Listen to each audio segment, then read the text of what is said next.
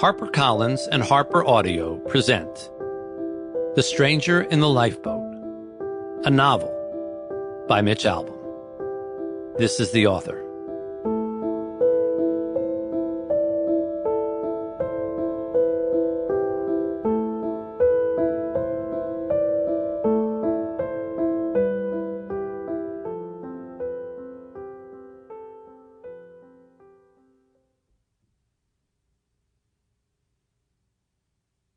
To Janine, Tricia, and Connie, who show me every day the stunning power of belief.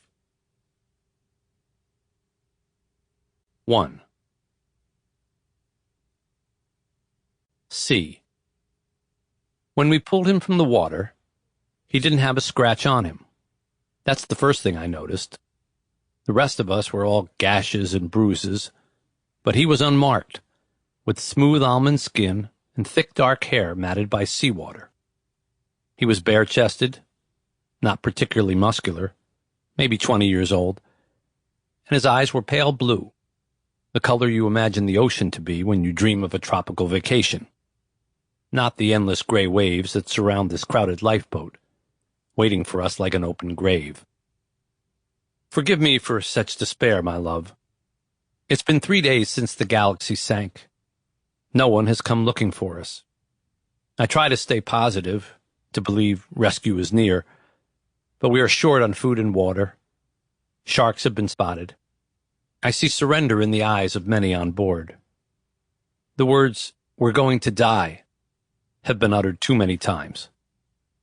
If that is to be, if this is indeed my end, then I am writing to you in the pages of this notebook, Annabelle, in hopes you might somehow read them after I'm gone. I need to tell you something, and I need to tell the world as well. I could begin with why I was on the Galaxy that night, or Dobby's plan, or my deep sense of guilt at the yacht exploding, even though I cannot be sure of what happened. But for now, the story must begin with this morning, when we pulled the young stranger from the sea. He wore no life jacket, nor was he holding on to anything when we spotted him bobbing in the waves.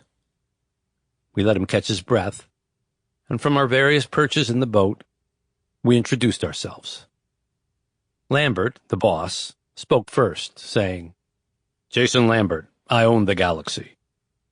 Then came Nevin, the tall Brit, who apologized that he could not rise for a proper welcome, having gashed his leg trying to escape the sinking vessel. Jerry just nodded and balled up the line she had used to tug the man in. Giannis offered a weak handshake. Nina mumbled, "Hi." Mrs. Lakhari, the woman from India, said nothing. She didn't seem to trust the newcomer. Jean-Philippe, the Haitian cook, smiled and said, "Welcome, brother," but kept a palm on the shoulder of his sleeping wife, Bernadette, who was wounded from the explosion. Badly wounded, I believe. The little girl we call Alice, who hasn't spoken since we found her clinging to a deck chair in the ocean, remained silent.